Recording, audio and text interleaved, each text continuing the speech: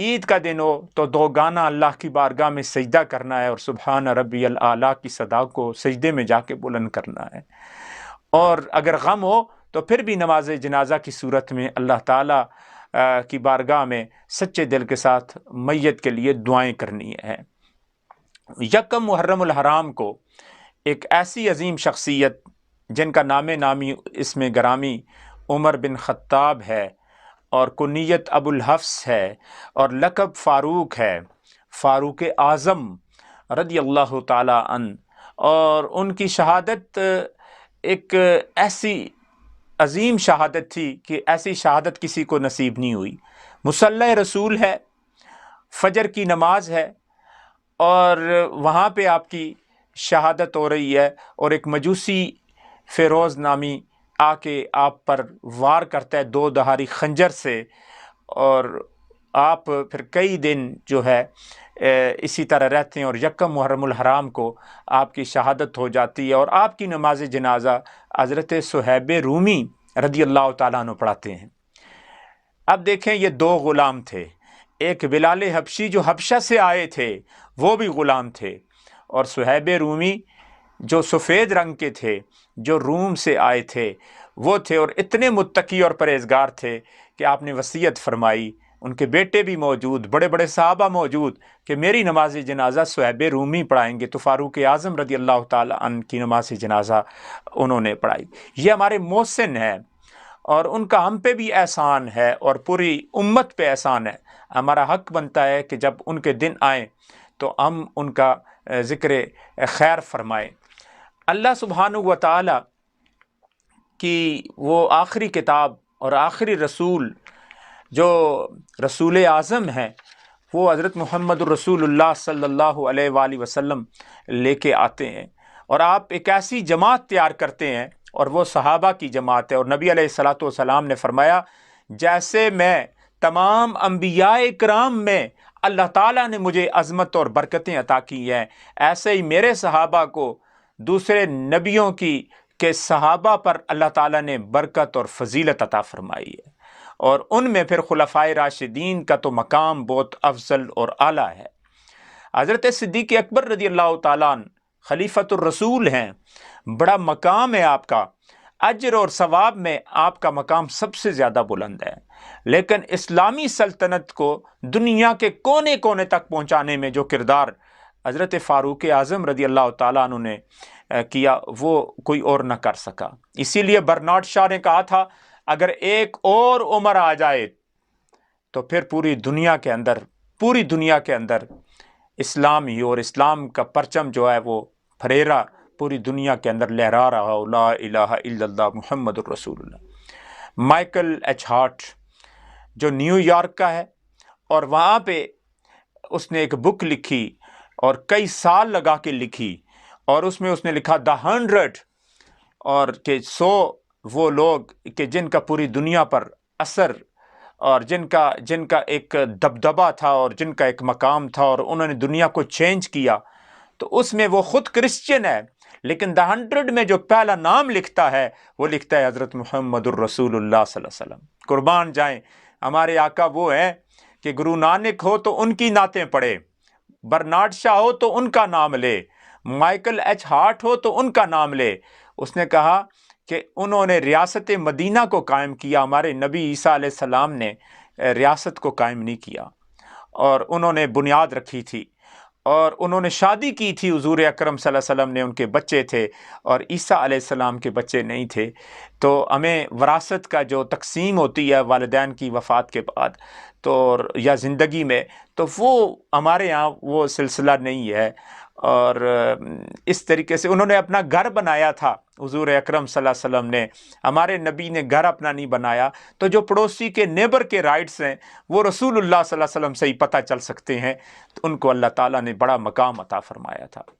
اور پھر آگے جا کے اسی میں دا 100 میں وہ لکھتے ہیں کہ حضرت فاروق اعظم رضی اللہ تعالیٰ عنہ کا بڑا مقام تھا، کہ جنہوں نے اپنے عدل و انصاف سے اور حسن انتظام سے ایسی بڑی بنیاد رکھی کہ 22 لاکھ مربع میل سے زیادہ انہوں نے رقبہ چھوڑا، اور 22 لاکھ مربع میل کا وہ رقبہ ختم نہیں ہوا بلکہ اس کے اندر آج تک الحمدللہ اضافہ ہو رہا ہے۔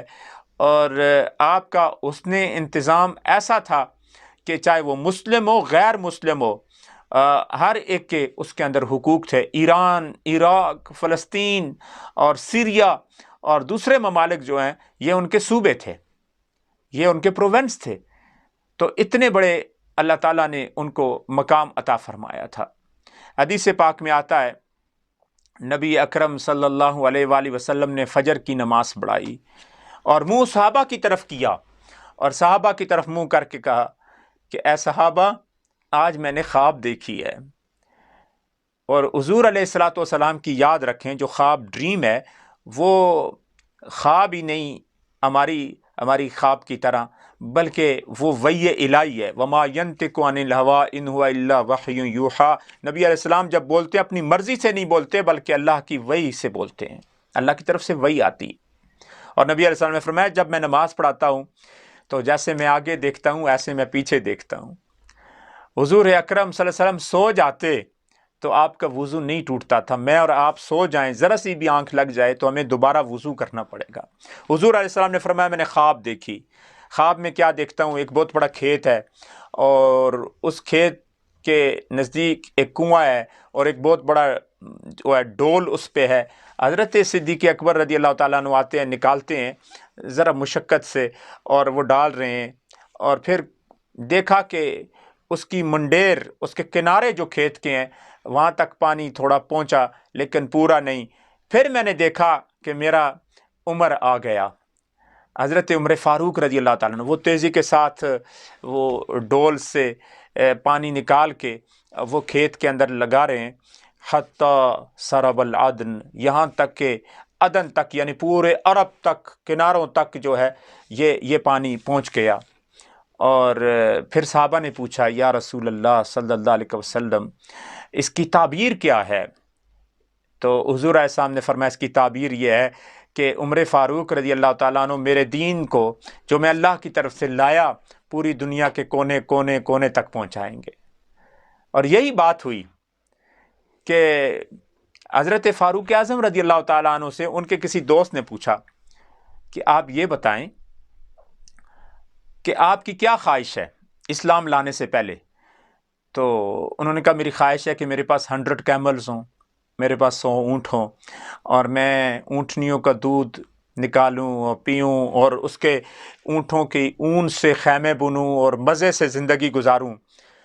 تو جب آپ امیر المومنین بن گئے اسلام لانے کے بعد تو پھر دوست نے پوچھا پہلے تو آپ کی یہ خواہش تھی، یہ ڈریم تھی، آج بھی ہماری ہوتی ہے، میرے پاس یہ گاڑی ہو اور یہ کوٹھی ہو اور اتنی حکومت ہو اور سلطنت ہو اور اتنا میں رچ امیر ہو جاؤں۔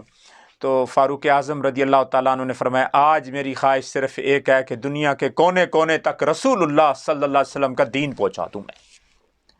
تو دنیا کے کونے کونے تک انہوں نے اس دین کو پہنچایا، اور اسی لیے نبی اکرم صلی اللہ علیہ وسلم سائستہ کی حدیث ہے کہ آپ مسجد نبوی میں تشریف لا رہے ہیں اور صحابہ اکرام سے مسجد شریف بھری ہوئی ہے، اور ایک ہاتھ آپ نے حضرت صدیق اکبر رضی اللہ تعالیٰ عنہ پہ رکھا ہے، دوسرا ہاتھ آپ نے عمر فاروق رضی اللہ تعالیٰ عنہ پہ رکھا ہے اور بڑے خوش ہیں۔ تو صحابہ نے پوچھا آج تو بڑے خوش ہیں، تو حضور علیہ الصلوۃ والسلام نے فرمایا جس طرح آج یہاں پہ اٹھے ہیں کل قیامت کے دن ہم اسی طریقے سے اٹھیں گے کہ میں اٹھوں گا۔ نبی علیہ السلام نے ارشاد فرمایا تو ہماری ایک طرف صدیق اکبر رضی اللہ تعالیٰ عنہ ہوں گے اور دوسری طرف حضرت عمر فاروق رضی اللہ تعالیٰ عنہ ہوں گے، شیخین قریبین، اور آج بھی وہ گنبد خضرا کے اندر وہ آرام فرما رہے ہیں۔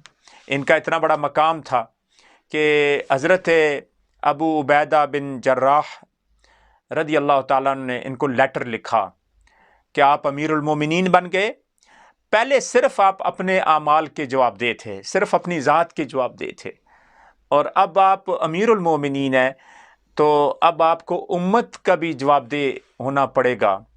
اور یہ خط لکھا کہ کل قیامت کے دن اللہ کی حضور آپ نے پیش ہونا ہے۔ جب خط مل گیا عمر فاروق رضی اللہ تعالیٰ عنہ کو تو انہوں نے جواب لکھوایا کہ میرے دوست وہی ہوتا ہے جو خیر خواہی کرے، دوست وہی ہوتا ہے جو اچھی ایڈوائز دے، نصیحت کرے۔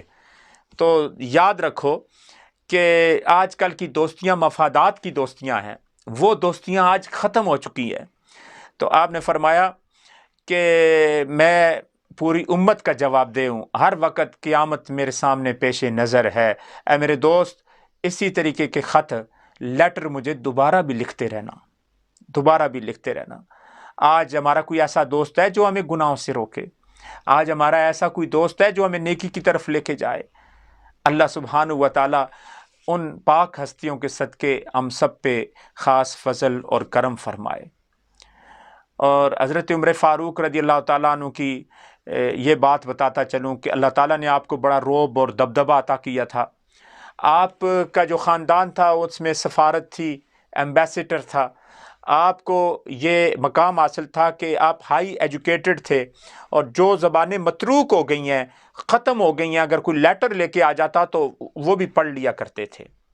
حضرت عمر فاروق رضی اللہ تعالیٰ عنہ جس راستے سے جاتے تھے تو اس راستے سے نبی علیہ السلام نے فرمایا شیطان اس راستے کو بدل لیتا تھا۔ اتنا رعب اور دبدبہ اللہ تعالیٰ نے ان کو عطا فرمایا تھا۔ مقام یہ تھا کہ اگر گائے کے سکن چمڑے پہ گیلا کر کے رکھ دیتے تو آپ کھڑے ہو جاتے، اور 100 آدمی یا 60 آدمی اور 100 آدمی بھی لکھا ہے، اس کو کھینچتے تو چمڑا آپ کے پاؤں کے نیچے جو ہوتا تھا، مبارک پاؤں کے، وہ تو وہاں رہتا، پھٹ جاتا تھا، لیکن آپ کو نہیں ہلا سکتے تھے۔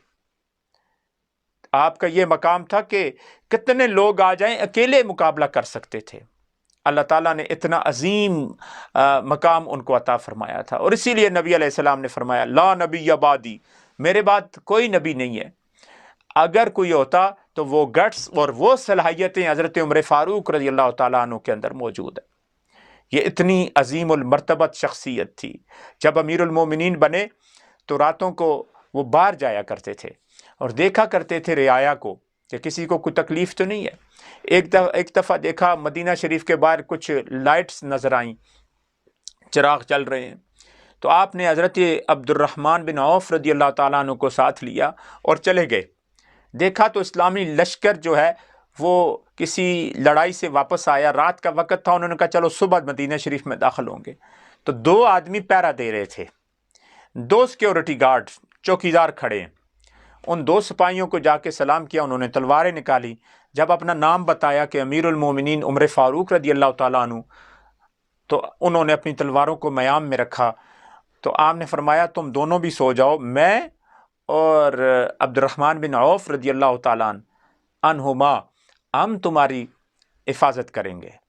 اب صبح کا نماز کا جب ٹائم ہوا تو آپ نے ان کو جگایا، تہجد کا ٹائم ہے، اور جگانے کے بعد جو امیر لشکر تھا اسے کہا تم ان کو نماز پڑھاؤ، ہم مدینہ شریف جا کے مسجد نبوی میں نماز پڑھاتے ہیں اور تمہارے لیے کھانا بھی وہاں سے بنوا کے لاتے ہیں۔ اب گئے اور کھانا بنا کے واپس لائے۔